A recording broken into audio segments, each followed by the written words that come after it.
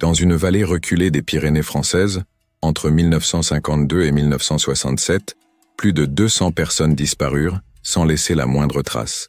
Ce qui rendait ces disparitions encore plus troublantes, c'est qu'elles se concentraient toutes autour d'un même endroit, le château de Malmont, demeure ancestrale de la famille Capet.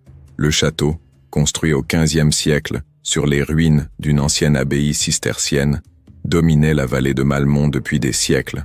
Ses tours gothiques et ses murs de pierre noire semblaient absorber la lumière du soleil, créant une atmosphère perpétuellement sombre même en plein jour. Les habitants du village de Saint-Rémy de Malmont, situé au pied du château, avaient toujours ressenti une certaine appréhension face à cette imposante structure. En 1949, après des décennies d'abandon, le château fut racheté par Dr Armand Capet, un homme dans la cinquantaine aux cheveux argentés et au regard perçant. Capet se présentait comme un philanthrope et médecin spécialisé dans les troubles mentaux. Il était accompagné de sa femme, Marguerite, une femme d'apparence fragile mais aux yeux d'une froideur glaciale, et de leur fille adoptive, Célestine, une jeune femme d'une beauté troublante qui ne parlait jamais aux habitants du village. N'oubliez pas de vous abonner à notre chaîne et dites-nous en commentaire d'où vous nous regardez. Nous voulons savoir jusqu'où notre contenu arrive et quelle est la portée de nos révélations. Dr Capet annonça son intention de transformer le château en un centre de repos et de guérison pour les personnes souffrant de troubles nerveux et de dépression. Il promettait des méthodes révolutionnaires, loin des asiles traditionnels, dans un cadre naturel et apaisant. Les autorités locales accueillirent favorablement ce projet, espérant que cela apporterait du prestige et de l'activité économique à la région. Les premiers patients arrivèrent au printemps 1950. Il s'agissait principalement de femmes d'âge moyen, venues de Paris et de grandes villes françaises. Leurs familles parlaient de dépression, de crises nerveuses, de comportements inappropriés pour l'époque. Le docteur Capet les accueillait personnellement, rassurant les familles sur les soins exceptionnels qui seraient prodigués. Mais rapidement, les habitants de Saint-Rémy de Malmont commencèrent à remarquer des détails troublants. Les livraisons au château étaient étrangement importantes et fréquentes, bien plus que nécessaire pour une trentaine de patients. Des camions arrivaient souvent la nuit, transportant des caisses lourdes et des équipements médicaux inhabituels. Les villageois observaient aussi que les fenêtres du château étaient systématiquement barricadées et qu'aucun patient n'était jamais vu dans les jardins ou aux alentours. Madame Berthe Rousseau, qui tenait l'épicerie du village, se souvient. On ne voyait jamais personne sortir de là-haut, même pas pour acheter du pain ou des légumes. Tout venait de loin, comme s'il voulait éviter tout contact avec nous. C'était étrange, pour un endroit censé soigner les gens. Le facteur, Henri Dupont, témoigna plus tard d'un détail qui le hantait. « Je montais livrer le courrier une fois par semaine, mais je n'ai jamais remis une seule lettre à un patient. Tout était adressé au docteur Capet ou à sa femme. Jamais rien pour les malades eux-mêmes, comme s'ils n'existaient pas. » Les premières inquiétudes réelles surgirent lorsque Madame Albertine Moreau de Lyon vint chercher sa sœur Juliette après 6 mois de traitement. Le docteur Capet informa que Juliette avait malheureusement fait une rechute et qu'elle avait été transférée dans un établissement spécialisé en Suisse. Aucun document, aucune adresse précise. Madame Moreau insista pour voir sa sœur, mais on lui expliqua que c'était contre-productif pour le processus de guérison. D'autres familles commencèrent à poser des questions similaires. Les réponses étaient toujours les mêmes. Transfert d'urgence, état critique nécessitant des soins spécialisés à l'étranger, correspondance impossible pour ne pas perturber le traitement. Les familles, ignorantes des méthodes psychiatriques modernes et impressionnées par l'autorité du docteur Capet, acceptèrent généralement ces explications. Mais le doute commençait à s'installer dans la vallée. Les conversations se faisaient plus discrètes, les regards vers le château plus méfiants. Les mères interdisaient à leurs enfants de s'approcher des terres du château, sans vraiment savoir pourquoi. Un détail particulièrement troublant marqua les esprits, le parfum. Plusieurs villageois mentionnèrent une odeur étrange qui descendait parfois du château, surtout les nuits de pleine lune. Ce n'était pas une odeur de maladie ou de médicaments, mais quelque chose de plus profond, de plus troublant. Certains parlaient d'une odeur de terre fraîchement remuée, d'autres d'un parfum chimique inconnu. Mais ce que les habitants de Saint-Rémy de Malmont ne savaient pas, c'est que ce lieu allait devenir l'un des chapitres les plus sombres de l'histoire de France. Au cours des années 1952 à 1955, L'activité du château de Malmont s'intensifia de manière inquiétante. Le docteur Capet avait élargi son programme thérapeutique et accueillait désormais une variété plus large de patients. Aux femmes souffrant de dépression s'ajoutaient maintenant des jeunes hommes décrits comme ayant des tendances antisociales, des adolescents difficiles envoyés par leur famille, et même des individus présentés comme des génies incompris nécessitant un environnement spécial. L'établissement comptait officiellement 45 lits, mais les livraisons de nourriture et de médicaments suggéraient une population bien plus importante. Les commandes passées chez les fournisseurs régionaux étaient colossales, suffisantes pour nourrir plus de 200 personnes. Quand les commerçants s'étonnaient de ces quantités, Marguerite Capet expliquait froidement que son mari dirigeait également des recherches nécessitant de nombreux assistants et visiteurs. La réputation du docteur Capet grandissait dans les milieux médicaux parisiens. Il publiait régulièrement des articles dans des revues spécialisées, décrivant des percées révolutionnaires dans le traitement des troubles mentaux. Ces publications attiraient l'attention d'autres médecins, mais aussi d'institutions gouvernementales intéressées par ces méthodes supposément innovantes. Cependant, les rares personnes qui ressortaient du château présentaient des changements troublants. Marie-Claire Dubois, une jeune femme de 22 ans admise pour hystérie, fut récupérée par sa famille après 4 mois. Ses parents la trouvèrent métamorphosée. Elle, qui était auparavant vive et bavarde, était devenue silencieuse, obéissante jusqu'à l'extrême, et semblait avoir perdu toute personnalité propre. « Ma fille était devenue comme une poupée », témoigna plus tard sa mère. Elle faisait exactement ce qu'on lui demandait, sans jamais protester, sans jamais exprimer d'opinion. Mais le plus troublant, c'est qu'elle ne se souvenait de rien de son séjour au château. Absolument rien. Comme si ces 4 mois avaient été effacés de sa mémoire. Pierre Marchand, un jeune homme de 19 ans, envoyé par sa famille, pour comportement rebelle, présenta des symptômes similaires à son retour. Ses parents l'avaient envoyé au château parce qu'il refusait de reprendre l'entreprise familiale et préférait écrire de la poésie. Il revint totalement différent, docile, acceptant sans question le destin qu'on lui imposait, mais avec des cicatrices étranges sur les tempes et une cicatrice parfaitement droite à la base du crâne.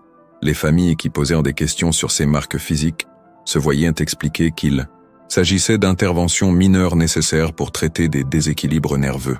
Le docteur Capet utilisait un vocabulaire médical complexe qui intimidait les familles et les dissuadait de poser davantage de questions. Les employés du château étaient peu nombreux et soigneusement sélectionnés. Ils venaient tous de loin, généralement de l'étranger, et ne parlaient que rarement français.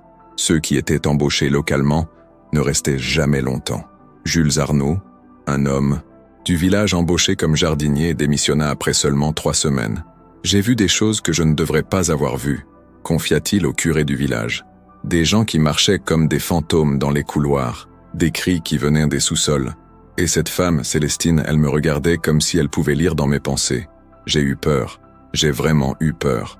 Le curé, l'abbé Montclair, commença à s'inquiéter. Plusieurs familles venaient le voir, perturbées par les changements chez leurs proches revenus du château. Il décida de rendre visite au docteur Capet pour comprendre ses méthodes.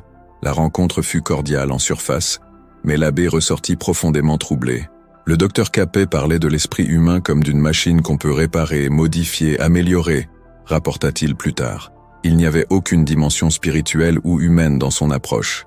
C'était purement mécanique, comme s'il travaillait sur des objets plutôt que sur des êtres humains. Les registres officiels du château ne correspondaient jamais aux observations des habitants.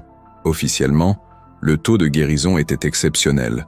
Plus de 90% des patients étaient déclarés totalement rétablis. Mais les familles ne revoyaient qu'une petite partie de leurs proches, les autres étant prétendument transférés pour des soins spécialisés. Les autorités locales commençaient à recevoir des signalements discrets. Des familles inquiètes, des témoins troublés, des questions sur les méthodes employées au château. Mais le docteur Capet avait des relations influentes à Paris. Ses publications scientifiques lui conféraient une respectabilité qui décourageait les investigations approfondies. L'aspect le plus troublant était peut-être l'évolution de Célestine Capet. La jeune femme, qui avait environ 20 ans lors de l'installation de la famille, semblait avoir acquis une autorité croissante au château. Les rares témoins qu'il avait aperçus décrivaient une transformation inquiétante. Elle était devenue plus assurée, plus froide, et semblait diriger une partie des activités du château. Madame Rousseau, l'épicière, se souvient d'un détail particulier. Un jour, j'ai croisé Célestine au marché de la ville voisine. Elle achetait des instruments étranges, des couteaux très fins, des récipients en verre, des produits chimiques. Quand je lui ai demandé si c'était pour les soins médicaux, elle m'a souri d'une façon qui m'a glacé le sang et elle a dit « c'est pour l'avancement de la science ». Sa voix était devenue différente, plus grave, plus adulte. Les nuits au château étaient ponctuées de sons étranges. Les habitants les plus proches rapportaient des bruits de machinerie, des gémissements et parfois des cris étouffés. Mais le plus troublant était peut-être le silence qui suivait, un silence si complet qu'il semblait anormal. En 1955, le nombre de disparitions avait atteint des proportions inquiétantes. Les familles commençaient à se poser des questions, à comparer leurs expériences. Un réseau informel de familles inquiètes se forma, échangeant des informations et partageant leurs doutes. Personne ne voulait croire à ce que tout le monde commençait à soupçonner. Mais tous commençaient à percevoir que quelque chose de profondément anormal se passait au château de Malmont. Au printemps 1956, un événement allait briser le silence et révéler l'horreur qui se cachait derrière les murs du château de Malmont. Sœur Agnès Beaumont, une religieuse de 28 ans envoyée par sa congrégation pour troubles de la foi, allait devenir la première véritable témoin de ce qui se passait réellement dans l'établissement du docteur Capet. Sœur Agnès était différente des autres patients. Ancienne infirmière, avant de prendre l'habit, elle possédait des connaissances médicales qui lui permettaient de comprendre ce qu'elle observait. De plus, sa formation religieuse l'avait habituée à la discipline et à l'observation minutieuse. La nuit du 15 avril 1956, Sœur Agnès fut réveillée par des bruits inhabituels venant des étages inférieurs. Contrairement aux autres patients qui semblaient étrangement apathiques et dormaient profondément, elle avait résisté aux médicaments administrés quotidiennement en les recrachant discrètement. Elle décida de mener sa propre investigation. Se glissant hors de sa chambre, elle descendit vers les sous-sols du château. Ce qu'elle découvrit dépassait ses pires cauchemars. Les caves avaient été transformées en laboratoires sophistiqués, équipés de matériel médical ultra-moderne pour l'époque. Mais l'usage qui en était fait était abominable. Dans une grande salle carrelée de blanc, elle assista à une scène d'horreur. Le docteur Capet, assisté de Célestine et de 2 hommes en blouse blanche, pratiquait une intervention chirurgicale sur un patient parfaitement conscient. Il ne s'agissait pas d'une opération médicale classique, mais d'une expérimentation sur le cerveau humain. Ils avaient ouvert le crâne du patient et introduisaient des électrodes dans différentes parties du cerveau, témoigna plus tard Sœur Agnès. Le patient était réveillé et pouvait parler. Ils lui posèrent des questions tout en stimulant électriquement différentes zones. Je les entendais prendre des notes sur ses réactions, ses souvenirs, ses émotions. La jeune religieuse observa avec horreur que Célestine dirigeait une partie de l'expérience. Elle manipulait les instruments avec une précision chirurgicale, prenant des notes détaillées dans un carnet. Sa transformation était complète. Elle n'était plus la jeune femme silencieuse d'autrefois, mais une scientifique froide et méthodique. Elle regardait la souffrance de cet homme avec un intérêt purement scientifique, se souvenait Sœur Agnès. Pas la moindre émotion, pas la moindre compassion. Elle notait ses réactions comme on note les résultats d'une expérience sur un animal de laboratoire. Mais le plus troublant était encore à venir. Sœur Agnès découvrit une autre salle où plusieurs patients étaient maintenus dans des cages, dans un état de semi-conscience. Leurs crânes portaient des cicatrices récentes, et ils semblaient avoir perdu toute humanité. Ils réagissaient aux stimuli comme des automates, obéissant à des ordres simples sans manifester la moindre volonté propre. Dans un bureau, adjacent, elle aperçut des dossiers détaillés sur chaque patient. Les notes décrivaient précisément les expériences menées, les zones du cerveau stimulées, les résultats obtenus. Mais le plus choquant était la correspondance avec des institutions extérieures. Les résultats étaient vendus à des universités, des laboratoires pharmaceutiques et même à des organismes gouvernementaux. J'ai réalisé que nous n'étions pas des patients, expliqua Sœur Agnès. Nous étions des cobayes humains. Chaque intervention était documentée, chaque résultat était vendu. C'était un commerce de l'horreur. La religieuse réussit à s'échapper de justesse lorsque Célestine fit une ronde dans les sous-sols. Elle remonta dans sa chambre, le cœur battant, et passa le reste de la nuit à planifier sa fuite. Le lendemain, elle feignit une crise mystique et demanda à voir un prêtre. L'abbé Montclair, le curé de Saint-Rémy de Malmont, vint la voir. Sœur Agnès lui raconta en détail ce qu'elle avait Vu mais ces révélations furent accueillies avec incrédulité. L'abbé, homme bon mais naïf, ne pouvait concevoir qu'un médecin respecté puisse commettre de telles atrocités. « Vous avez été soumise à un grand stress », lui dit-il. « Votre esprit vous joue des tours. Le docteur Capet est un homme de science reconnu. Il ne peut pas faire ce que vous décrivez. » Sœur Agnès insista, demandant qu'une enquête soit menée. Mais l'abbé, intimidé par la réputation du docteur Capet, préféra contacter directement ce dernier. Cette erreur faillit coûter la vie à la religieuse. Le soir même, sœur Agnès fut convoquée dans le bureau du docteur Capet. Célestine était présente, ainsi que 2 hommes qu'elle n'avait jamais vus. L'atmosphère était glaciale. « Il paraît que vous avez eu des hallucinations », dit le docteur Capet avec un sourire froid. « C'est fréquent dans votre état. Heureusement, nous avons des traitements très efficaces pour ce genre de problème. » Sœur Agnès comprit qu'elle était en danger mortel. Elle prétexta un malaise et demanda à retourner dans sa chambre. Cette nuit-là, elle réussit à s'échapper du château en utilisant ses connaissances du bâtiment acquises pendant son séjour. Sa fuite fut périlleuse. Elle dut traverser la forêt en pleine nuit, poursuivie par des hommes envoyés par le docteur Capet. Elle réussit à atteindre la gendarmerie de la ville voisine, mais là encore, son témoignage fut accueilli avec scepticisme. Le brigadier, Moreau, qui l'a reçu, nota ses déclarations mais ne cacha pas ses doutes. Une religieuse qui prétend avoir assisté à des expériences sur le cerveau humain dans un château, vous comprenez que c'est difficile à croire. Sœur Agnès insista pour qu'une enquête soit menée, mais les autorités locales préférèrent contacter d'abord le docteur Capet. Celui-ci expliqua que la religieuse souffrait de délire mystique et qu'elle avait quitté l'établissement avant la fin de son traitement. Il fournit même des documents médicaux détaillés sur son état mental supposé. La crédibilité de sœur Agnès fut sapée par cette contre-offensive. Les autorités religieuses elles-mêmes commencèrent à douter de sa santé mentale. Elle fut transférée dans un couvent éloigné, officiellement pour se reposer, mais en réalité pour la faire taire. Cependant, avant son départ, elle avait réussi à cacher une lettre détaillée chez l'abbé Monclerc, ainsi qu'un petit carnet où elle avait noté tout ce qu'elle avait vu. Elle avait aussi établi un contact avec Madame Albertine Moreau, dont la sœur avait disparu au château. Le doute s'était installé dans l'esprit de quelques personnes, mais la vérité était encore enterrée dans les sous-sols du château de Malmont. En 1957, une femme allait changer le cours de l'histoire du château de Malmont. Dr Élise Verneuil, psychiatre parisienne de 35 ans, avait été recrutée par le docteur Capet pour rejoindre son équipe. Diplômée de la Sorbonne et spécialiste des troubles de la personnalité, elle possédait l'intelligence et la formation nécessaires pour comprendre ce qui se passait réellement au château. Initialement séduite par les promesses du docteur Capet concernant des recherches révolutionnaires, elle découvrit rapidement que la réalité était tout autre.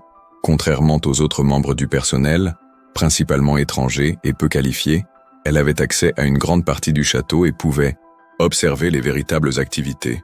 Les premières semaines, elle nota des anomalies dans les traitements administrés. Les dosages de médicaments étaient anormalement élevés, les interventions chirurgicales étaient pratiquées sans anesthésie suffisante, et les patients présentaient des symptômes qu'elle n'avait jamais observés dans sa pratique traditionnelle. J'ai commencé à comprendre que nous n'étions pas dans un établissement médical normal, écrivit-elle plus tard dans son témoignage. Les patients n'étaient pas traités comme des êtres humains, mais comme des sujets d'expérimentation. Chaque intervention était documentée non pas pour leur bien-être, mais pour collecter des données. Le docteur Verneuil découvrit l'existence des sous-sols lors de sa 3e semaine. Officiellement, ces niveaux inférieurs étaient décrits comme des espaces de stockage. Mais elle remarqua que Célestine y descendait régulièrement avec du matériel médical. Sa curiosité professionnelle l'amena à explorer ces zones interdites. Ce qu'elle découvrit confirmait et dépassait même le témoignage de sœur Agnès.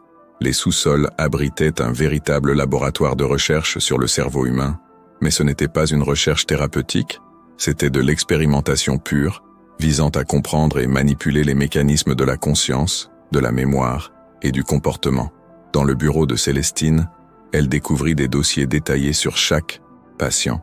Les notes révélaient que la jeune femme était en réalité le véritable cerveau scientifique de l'opération. Le docteur Capet, bien qu'expérimenté, servait principalement de façade respectable. C'était Célestine qui concevait les expériences, analysait les résultats et entretenait la correspondance avec les acheteurs. Célestine Capet possédait une intelligence scientifique exceptionnelle, témoigna le docteur Verneuil. Ces notes étaient d'une précision chirurgicale, ces analyses d'une profondeur remarquable, mais elle était totalement dépourvue d'empathie humaine. Pour elle, nos patients n'étaient que des matériaux de recherche. Le docteur Verneuil découvrit également que l'opération s'étendait bien au-delà du château. Des correspondances révélaient un réseau international d'acheteurs pour les résultats des expériences, des universités prestigieuses, des laboratoires pharmaceutiques et même des agences gouvernementales payaient des sommes considérables pour obtenir des données sur la manipulation du comportement humain. Les lettres échangées avec ces institutions étaient codées, mais leur contenu était clair. Le château de Malmont fournissait des données uniques sur les mécanismes de contrôle mental, obtenus grâce à des expériences impossibles à réaliser légalement ailleurs. J'ai réalisé que nous étions au centre d'un commerce international de l'horreur, écrivit le docteur Verneuil. Les atrocités commises ici alimentaient des recherches dans le monde entier.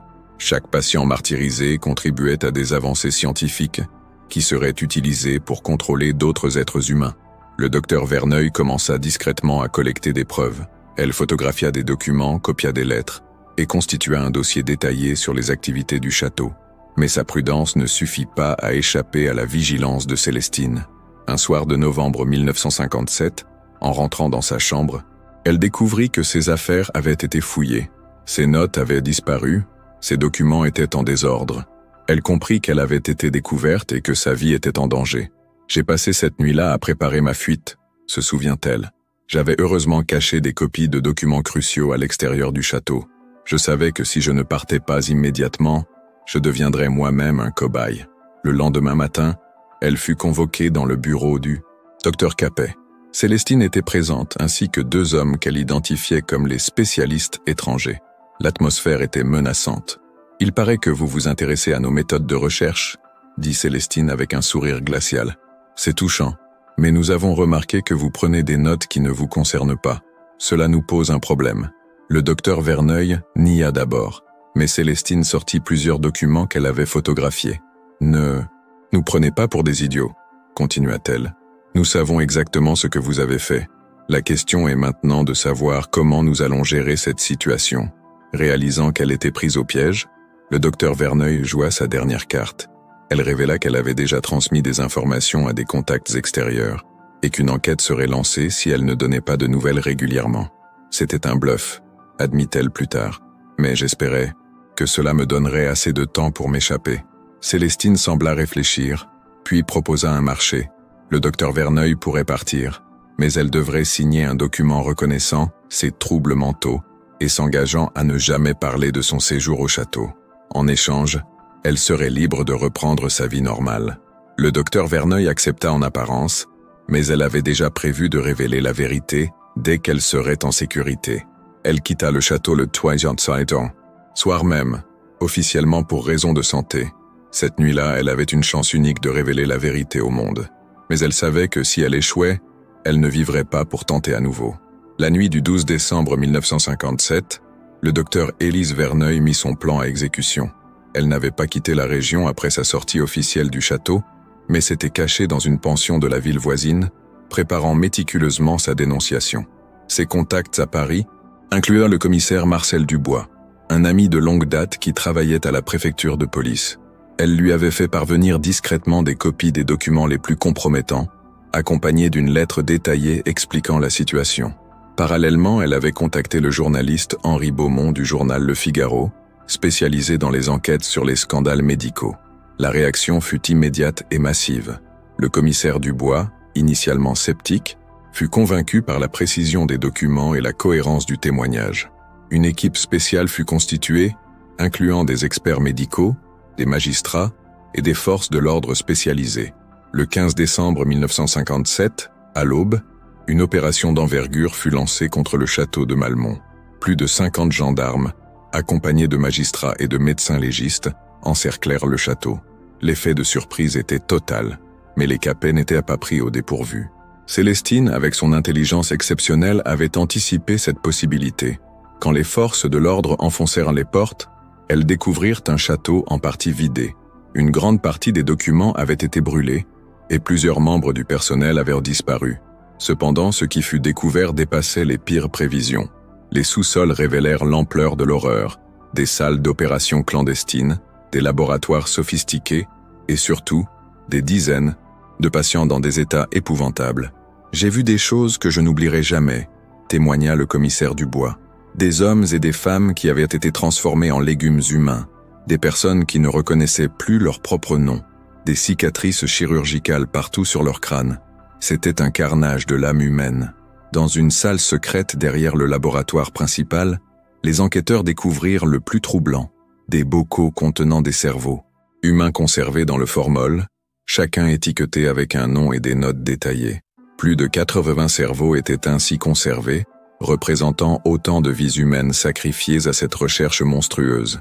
Les archives partiellement détruites révélèrent l'ampleur du réseau international.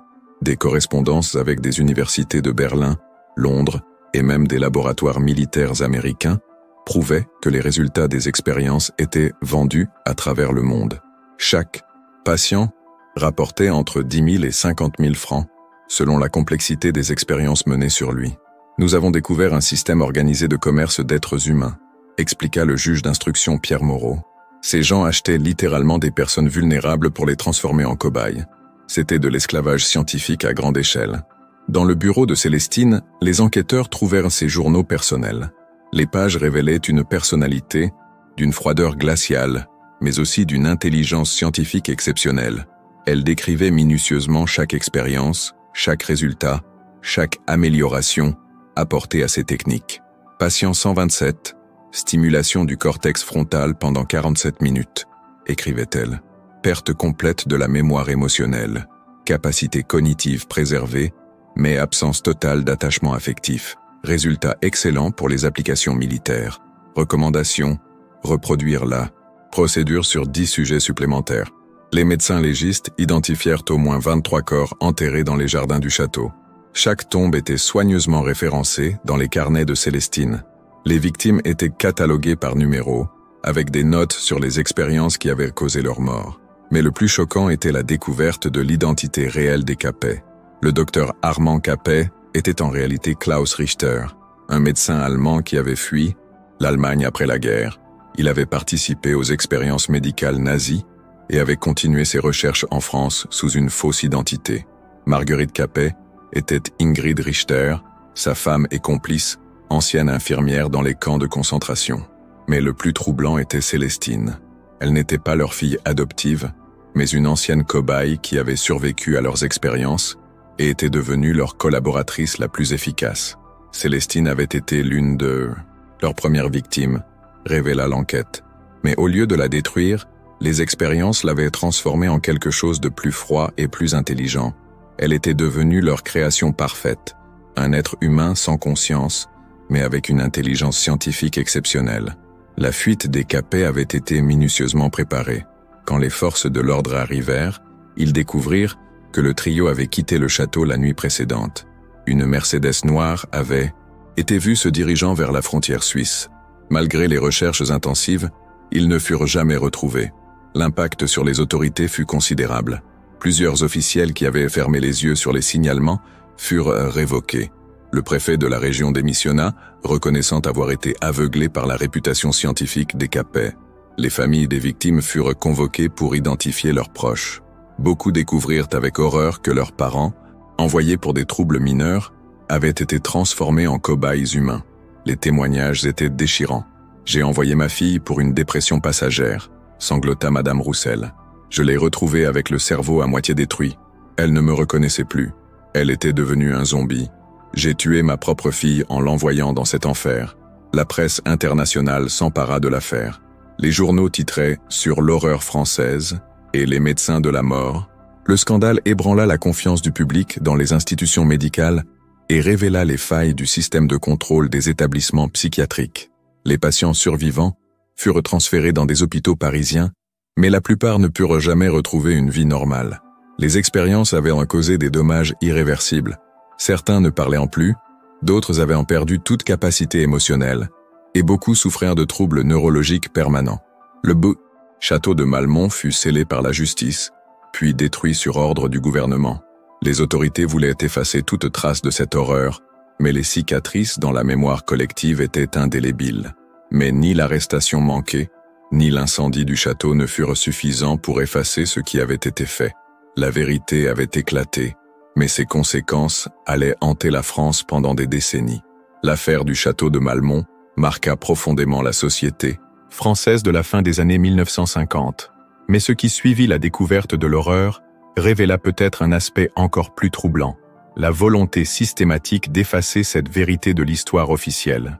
Dans les mois qui suivirent l'intervention des autorités, une campagne de silence s'organisa.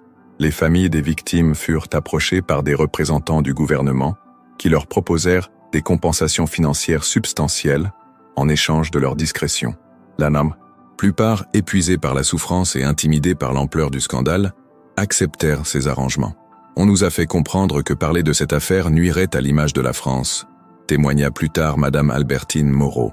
Nous avons reçu de l'argent, mais on nous a demandé de ne plus jamais mentionner ce qui s'était passé.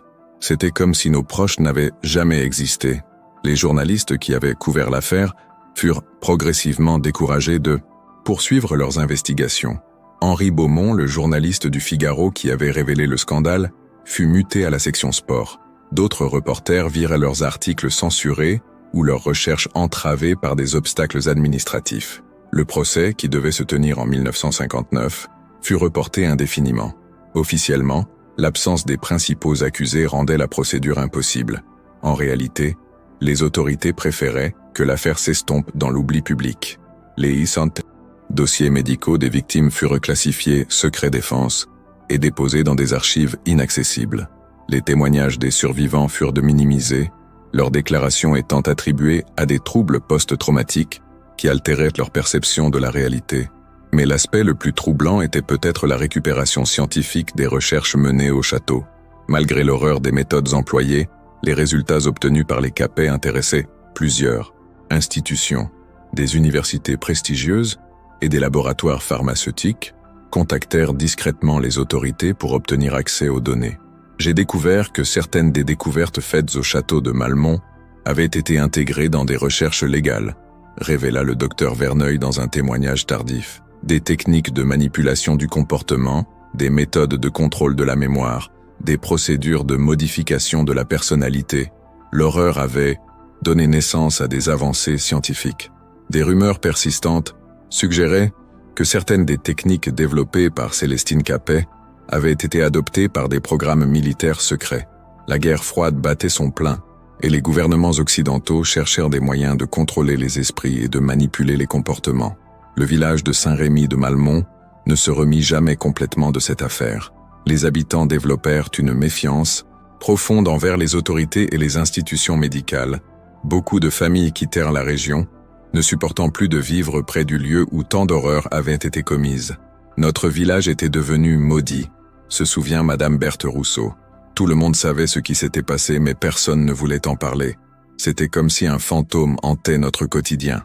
Les années passèrent, et l'affaire du château de Malmont devint un sujet tabou. Les archives furent enterrées, les témoins vieillirent et moururent, et une nouvelle génération grandit sans connaître cette histoire. Sœur Agnès Beaumont, la première témoin, vécut le reste de sa vie dans un couvent isolé. Elle tenta à plusieurs reprises de faire reconnaître la vérité, mais ses efforts furent systématiquement découragés par sa hiérarchie religieuse. Elle mourut en 1987, emportant avec elle des secrets qui ne furent jamais révélés. Le docteur Élise Verneuil, héroïne malgré elle de cette affaire, ne put jamais reprendre sa carrière médicale. Marquée par ce qu'elle avait vécu, elle se consacra à l'aide aux victimes d'expériences médicales illégales. Elle créa discrètement un réseau de soutien pour les survivants, mais son travail resta largement dans l'ombre. « Je n'ai jamais pu oublier les regards de ces patients », écrivit-elle dans ses mémoires posthumes. « Ils avaient été privés de leur humanité par la science. Mon devoir était de leur rendre au moins leur dignité. » Quant aux Capet, ils ne furent jamais retrouvés officiellement. Cependant, des témoignages troublants suggéraient qu'ils avaient continué leurs activités ailleurs. Des rapports non confirmés mentionnaient des expériences similaires dans des pays d'Amérique du Sud, où d'anciens nazis avaient trouvé refuge. En 1972, un ancien agent des services secrets français révéla dans ses mémoires que Célestine Capet avait été aperçue en Argentine, dirigeant un laboratoire clandestin financé par des dictatures militaires. Ces informations ne furent jamais confirmées officiellement, mais elles alimentèrent les rumeurs sur la survie du trio. Le plus troublant, écrivait cet agent, c'est que Célestine semblait avoir perfectionné ses techniques. Elle était devenue encore plus efficace, encore plus froide. Elle avait créé une nouvelle génération de cobayes humains, mais cette fois, dans des pays où personne ne poserait de questions. L'héritage scientifique des expériences de Malmont continua à influencer la recherche médicale pendant des décennies. Des techniques de neurochirurgie, des méthodes de traitement des troubles mentaux et même des procédures de modification comportementale trouvèrent leurs racines dans les horreurs commises au château. En 1995, une commission d'enquête parlementaire fut créée pour examiner les expériences médicales illégales menées en France après la guerre. L'affaire du château de Malmont fut brièvement mentionnée, mais les témoignages furent limités et les conclusions édulcorées. Nous avons découvert que l'État français avait couvert des crimes contre l'humanité, révéla un membre de cette commission. Mais la volonté politique de révéler toute la vérité n'existait pas. Trop d'institutions étaient impliquées, trop de réputation était en jeu. Aujourd'hui, l'emplacement du château de Malmont est devenu un parc public. Aucune plaque, aucun monument ne rappelle ce qui s'y est passé. Les archives officielles restent largement inaccessibles, et les rares témoins survivants sont trop âgés pour témoigner. Mais la vérité a une façon de refaire surface. Des chercheurs indépendants, des historiens courageux et des familles de victimes continuent de chercher des réponses. Ils savent que l'histoire officielle n'est qu'une façade et que la réalité est beaucoup plus sombre. Les expériences menées au château de Malmont n'étaient pas un accident isolé, mais partie d'un système organisé de recherche sur les êtres humains. Elles révélèrent jusqu'où la science peut aller quand elle perd sa conscience éthique et quand les institutions ferment les yeux sur l'horreur. La question aujourd'hui n'est pas de savoir si de telles atrocités pourraient se reproduire.